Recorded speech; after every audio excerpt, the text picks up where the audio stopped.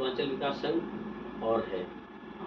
वो अलग है, मेरा अपना रजिस्टर्ड है जिसके बैनर तले में इतना कार्य। तो दिल्ली प्रदेश है वो तो ऑल इंडिया आपका ही राष्ट्रीय अध्यक्ष तो आप ही हैं। हाँ बिल्कुल। दिल्ली प्रदेश का कोई मतलब ही नहीं। हाँ तो उसी का। साथियों नमस्कार, अनंत वक्ता वक्ता से संवाद सीरीज में आज बात करेंगे। साथियों नमस्कार, मैं हूं पंकज उपाध्याय, आप देख रहे हैं अनंत वक्ता वक्ता से संवाद सीरीज के एक नए एपिसोड में आपका स्वागत है।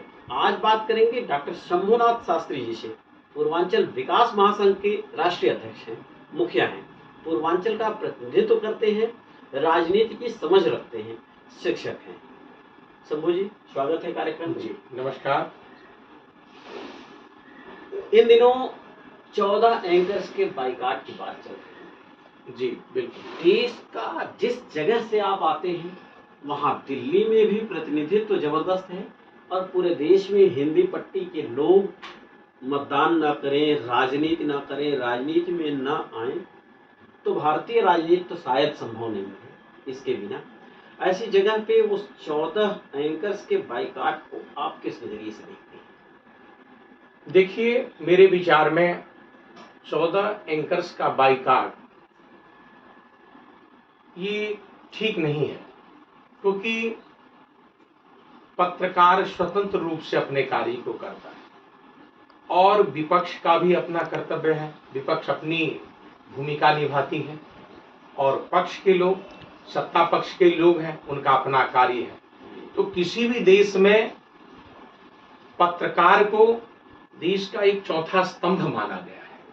इसके तहत पत्रकार की भूमिका बहुत मजबूत होती है, लेकिन मैं मानूंगा जो इसमें कहीं न कहीं दिक्कत तो है, कुछ पत्रकार की भी कमी है, सत्ता पक्ष की भी कमी, और विपक्ष को भी थोड़ा सोच समझ करके और कार्य करना चाहिए। क्योंकि वही देश तरक्की कर सकता है जिसके अंदर मजबूत पत्रकार हो, मजबूत विपक्ष हो और सत्ता पक्ष तो सबके लिए सोचे, तो वही राम राज्य की स्थापना कर सकती है, वही देश आगे बढ़ सकता है। इस हिसाब से तो जब भाजपा जो तरक्की कर रही है उसकी दूसरी सोच है, दूसरा पहलू है कि विपक्ष विहीन देश हो, और फिर विकास की संकल्पना परिकल्पना कैसे संभव है? देखिए, एक रथ के पहिए की तरह विपक्ष भी एक धुरी है। अगर जिस देश में विपक्ष मजबूत नहीं रहेगा तो सत्ता पक्ष भी अपने कार्य को, मुझे नहीं लगता है, बढ़िया ढंग से कर सकती है।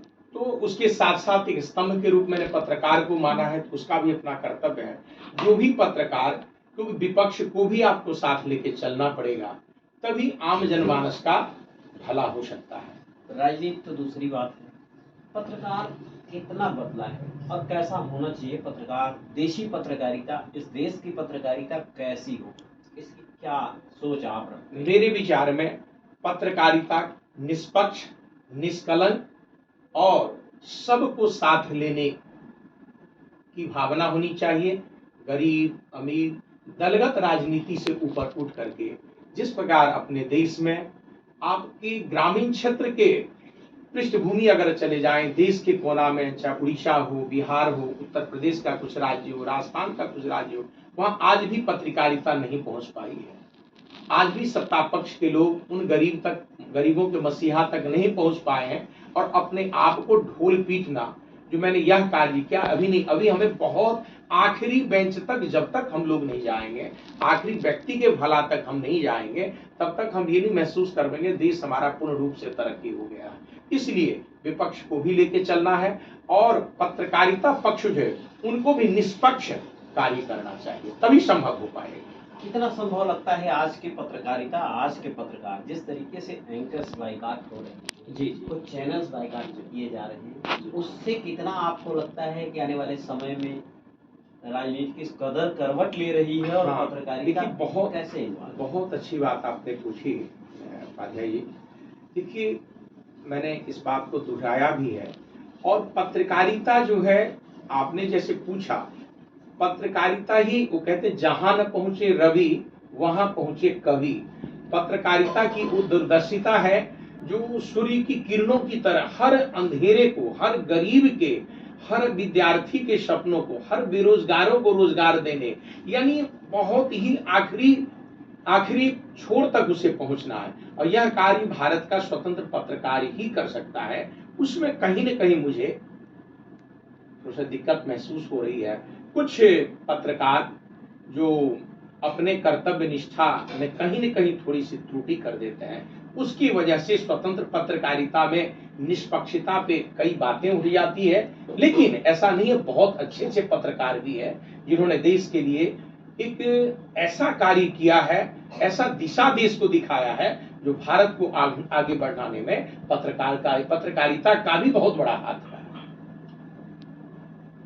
बीजेपी और पत्रकारिता की बात हमने कर लिया है, कांग्रेस के पक्ष को भी जानने हैं कि क्यों ऐसा किया होगा कांग्रेस ने।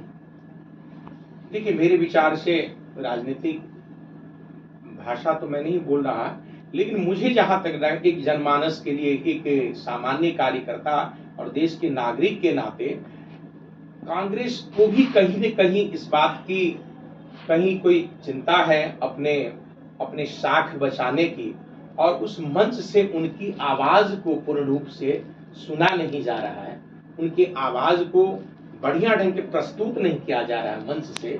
तो उन्हें कहीं न कहीं एक खलल लगा है, जो इन पत्रकारों के माध्यम से भी हमें कहीं न कहीं नुकसान हो रहा है। इसलिए उन्होंने पूर्ण रूप से क्या कहते 24 कितने हैं, 14 पत्रकार जो बाइकाट किया, उन पत्रकारों का बाइकाट किया है। हालांकि मैं तो यही कहूंगा, कांग्रेस को भी सोचना चाहिए, क्योंकि वो कहते हैं चक्रायुधारी व गच्छति भाग्य पंक्ति, रथ के पहिए के समान अप और डाउन होता है। तो और उस पत्रकार के मन में भी ये भावना होना चाहिए, हमें सबको साथ लेके चलना है, सबके साथ कार्य करना है।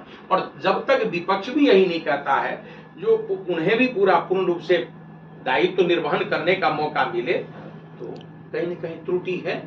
जाहिर सी बात है, कांग्रेस ने बाइकाट करते हुए ये बताया कि इन पत्रकारों ने हमारे प्रवक्ताओं को कभी बोलने नहीं दिया। आपको कैसा लगता है, टीवी पे डिबेट आप देखते हैं इन चैनल्स पे, तो कांग्रेसी पक्ष या विरोधियों को पत्रकार बोलने देते हैं? देखिए, पत्रकारिता, मैंने पुनः आपसे कहा, जो सत्ता पक्ष का कहीं न कहीं तो बर्दाश्त होता ही है, और विपक्षियों को भी अपने बात रखने का पूर्ण अधिकार है। अतः वहां कहीं न कहीं अगर दिक्कत आती है, इसीलिए उनका विरोध हुआ है। और मुझे भी ऐसे लगता है, जो कहीं न कहीं उनके बातों में कहीं न कहीं अंतर आया है, उन्हें कहीं न कहीं थोड़ी सी ठेस पहुंची है, इसीलिए उन्होंने निर्णय किया है। शायद आने वाले टाइम में और कुछ लिस्ट में इजाफा होने वाला है। आज के दौर में डीडी न्यूज जैसे प्रोग्राम, जी बिल्कुल बिल्कुल, दो टू वहाँ डिबेट्स तो चलते हैं, अशोक श्रीवास्तव चलाते हैं, उस प्रोग्राम का बाइकॉट, यानी सरकारी चैनल का भी बाइकॉट किया गया। ये अपने आप में बहुत बड़ी बात है।